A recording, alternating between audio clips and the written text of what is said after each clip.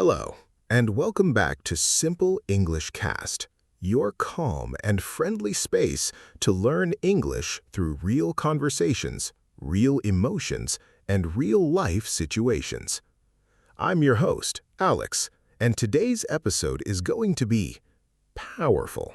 And I'm Meera, your conversation partner for today. And honestly, Alex, this topic, it's something everyone has experienced at least once. Oh yes, definitely. Today we're talking about disrespect. That uncomfortable moment when someone crosses a line, ignores you, or treats you like you don't matter. Yeah, that moment when you think, wait, did that really just happen? Meera, let me ask you something. Have you ever been in a situation where someone disrespected you and you didn't know how to react? Oh, more times than I can count. There was this one moment, I was in a group discussion, and every time I tried to speak, someone would interrupt me. At first, I thought maybe it was accidental, but then it kept happening. That must have felt really frustrating. It did. And you know what's worse? I started questioning myself, like, am I not important enough to be heard? That's exactly what disrespect does. It doesn't just hurt in the moment. It slowly affects your confidence. So, Alex, how would you define disrespect in simple terms? Good question. Disrespect is when someone ignores your value, your feelings, or your presence. It can be loud, like shouting or insulting, or it can be very subtle, like ignoring your ideas or not listening when you speak. Yes, and sometimes the subtle ones hurt even more because you're not sure if you're overthinking or if it's actually happening. Exactly. And that confusion makes it even harder to respond. Let's talk about a common situation. Imagine you're standing in a line waiting patiently, and suddenly someone just walks in front of you. Oh, that's the worst. It feels like they're saying you don't matter. Right. So what would you do in that moment? Honestly, earlier I used to stay quiet, but now I try to respond calmly. I would say, "Excuse me, I think I was next." That's perfect. It's polite but also assertive. You're not attacking them, but you're also not ignoring the situation. But Alex, let's be honest, staying calm is not easy. Not at all. Your first reaction is usually emotional, anger, frustration, maybe even embarrassment. But reacting immediately often makes things worse. Yes, because when you react emotionally, you lose control. Exactly. That's why the first rule is simple. Pause and breathe. Now, let's move to something more personal. Disrespect from friends. That one hurts deeper because you expect respect from people close to you. True. Have you ever had a friend dismiss your ideas? Yes, actually. There was a time when I shared an idea and my friend just said, "That's too simple." And they didn't even try to understand it. How did you respond? At first, I stayed quiet, but later I told them, "I feel hurt when my ideas are dismissed like that." That's a strong response. You didn't attack them, you expressed your feelings. So, Alex, what's the difference between being assertive and being aggressive? Great question. Aggressive means attacking the other person. Assertive means respecting yourself and the other person. So it's like you stand your ground without hurting others. Exactly. Now, let's talk about the workplace, a place where things can get complicated. Yes, because you have to stay professional, even when someone crosses the line. Imagine this. You share an idea with a colleague, and later they present it as their own. Oh, wow, that's frustrating. What would you do? I would talk to them privately. I'd say, "I noticed that idea was shared in the meeting. I'd appreciate it if we could present it together next time." Perfect. You're addressing the issue without creating drama. But, Alex, do we need to respond every time? No, and that's very important. Not every situation deserves your energy. Sometimes the best response is silence. That's true, because peace is more important than proving a point. At the end of the day, disrespect is not about you. It's often about the other person.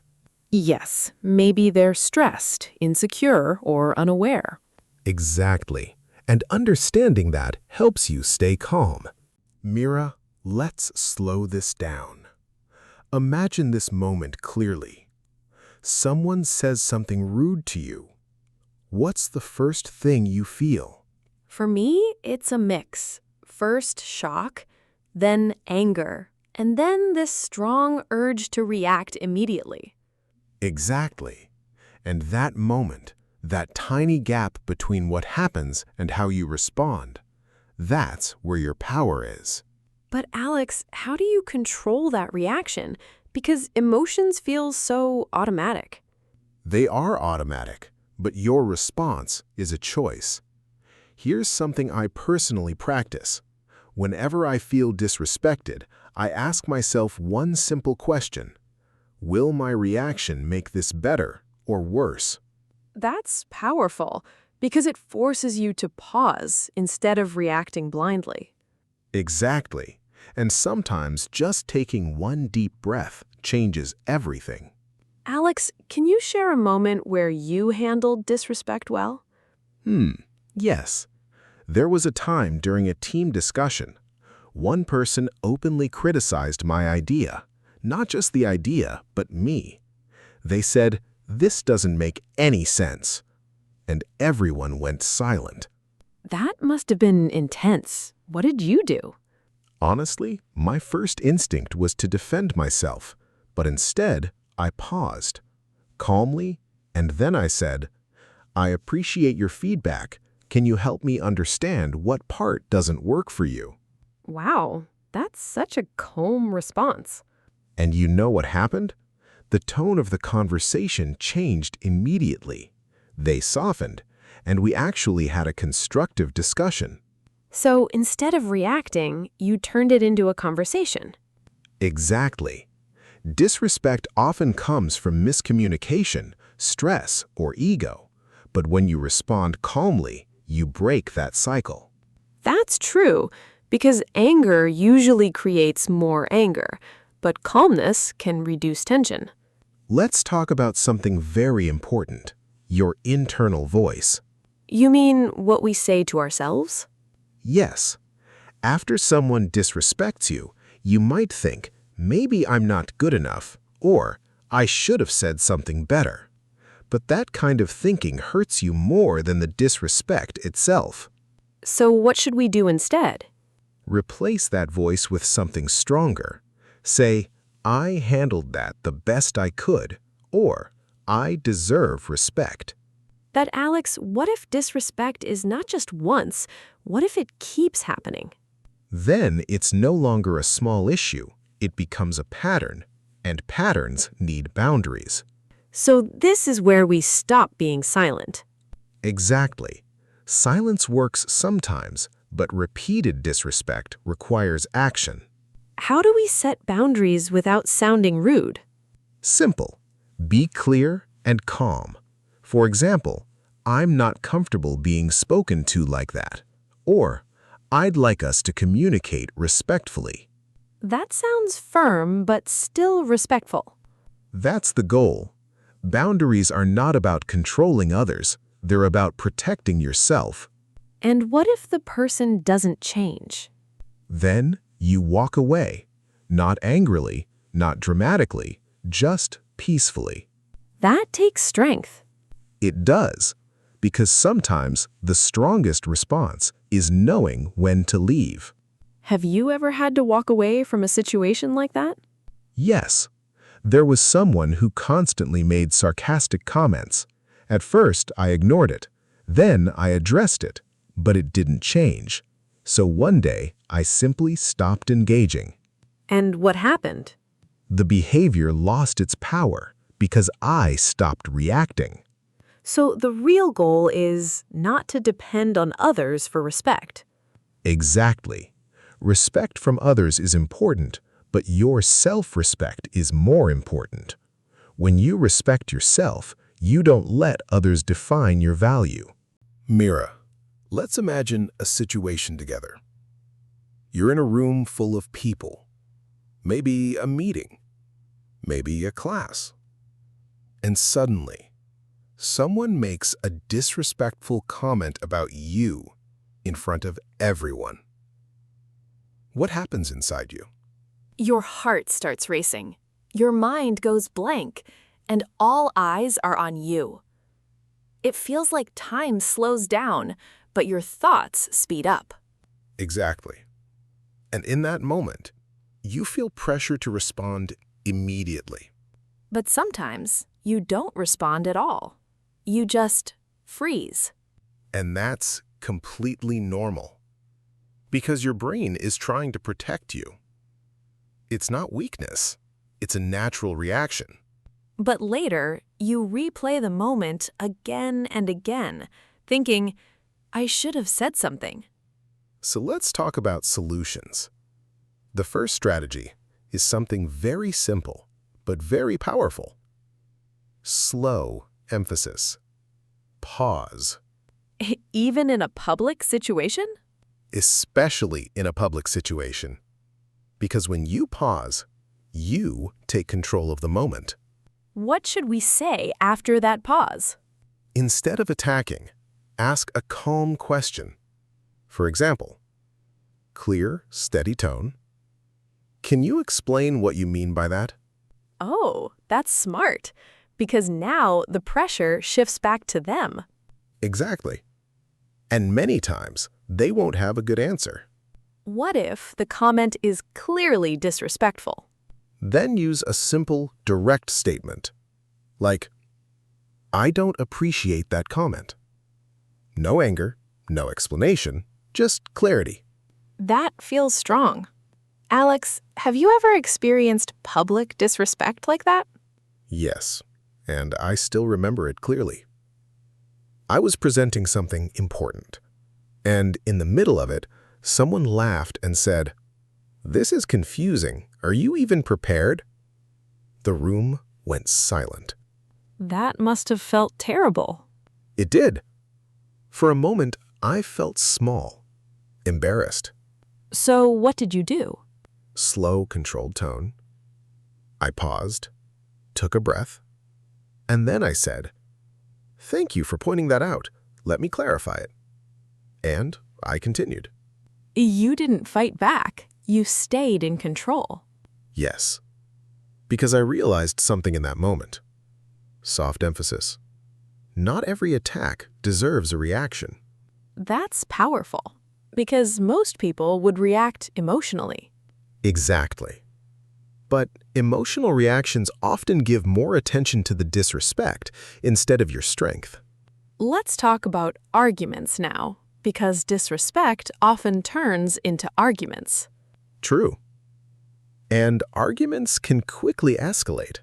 So how do we stay in control? By focusing on one thing.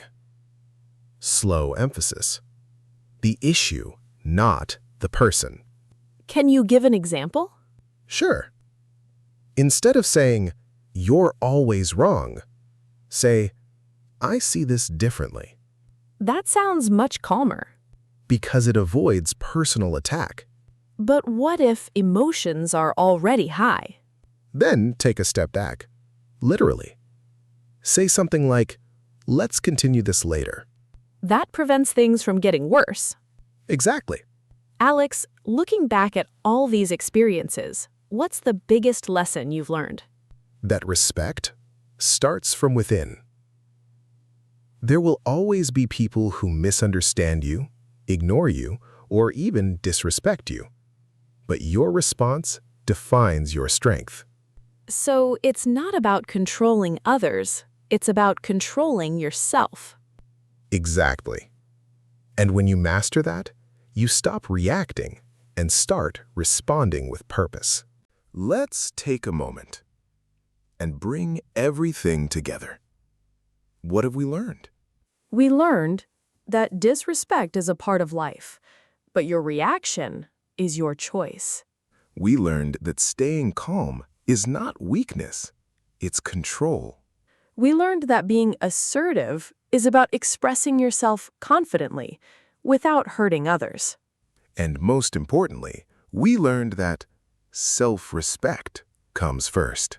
Now, let's level up your English with some advanced words that you can actually use in real conversations. And don't worry, we'll keep it simple and practical. First word, composure. It means staying calm under pressure.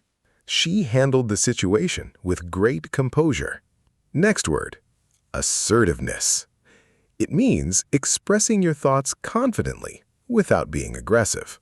His assertiveness helped him gain respect. Next, dignity. It means your sense of self-worth. No one has the right to take away your dignity. And one more powerful word, resilience. It means the ability to recover from difficult situations. Her resilience made her stronger after every challenge. Now let's make this practical. We'll act out some real-life situations so you can learn exactly what to say. Hey, I'm in a hurry. I'll go first. Excuse me, I believe I was next. Simple, clear, and respectful. That idea doesn't make sense at all. I'd appreciate it if we discuss ideas respectfully. That's assertiveness in action. I think we should go with this idea. I'm glad you mentioned it. Since it was my idea, maybe we can present it together. Professional and confident. Now, we want you to pause for a moment. Think about a time when someone disrespected you. What did you feel? What did you say? And what would you do differently now? We'd love to hear from you. So here's a simple question. How do you usually respond to disrespect? Do you stay silent, respond calmly, or react emotionally? Share your answer because your experience can help someone else. Before we go, remember this. People will test your patience. They will challenge your confidence. They may even try to break your spirit. But they only succeed if you forget who you are.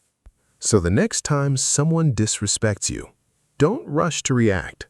Stand still, breathe, and respond with strength. Because real power is not in raising your voice. It's in controlling it. This is Simple English Cast, where you don't just learn English, you learn how to live it. Stay confident, stay kind, and keep growing.